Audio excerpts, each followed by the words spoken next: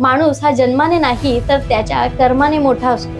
हे वाक्य आज आपल्याला ऐकायला खूप छान वाटतं, पण विचार करा 150 वर्षापूर्वी जेव्हा समाजात जातीभेदाच्या भिंती खूप उंच होत्या, तेव्हा हे जाहीरपणे बोलण्यासाठी किती मोठं काळीज लागलं असेल. आणि हेच धाडस ज्या एका महापुरुषाने करून दाखवलं, त्यांचं नाव होतं स्वामी दयानंद सरस्वती. आपण बोलतोय आर्य समाजाच्या स्थापनेबद्दल. या ऐतिहासिक प्रवासाची सुरुवात स्वामीजींनी केली.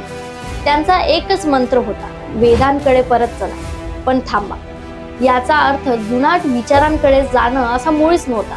स्वामीजींना म्हणायचं होतं की धर्माच्या नावावर चालणारी चुकीची कर्मकांड आणि भेदभाव फेकून द्या आणि विज्ञानावर आधारित सत्य स्वीकारा. स्वामीजींनी फक्त भाषणं दिली नाहीत, तर प्रत्यक्ष व्यवस्थेलाच आव्हान दिले. स्त्रियांना शिक्षणाचा अधिकार मिळवून देणं असो किंवा समतेच्या विचारांना प्रोत्साहन देणं असो, हे सगळं त्यांनी त्या काळात करून दाखवलं. आजही आपण देशात जे दयानंद अँग्लो वैदिक शाळा आणि कॉलेजेसचं मोठं जाळं बघतो, त्याचा पाया याच क्रांतीतून रचला गेला. हा समतेचा विचार आजच्या पिढीसाठी किती महत्त्वाचा आहे, कमेंटमध्ये नक्की सांगा. आणि अशाच माहितीपूर्ण व्हिडिओसाठी आमच्या चॅनलला सबस्क्राईब करा, कारण विषय कोणताही असो, आपला मुद्दा भारी आहे.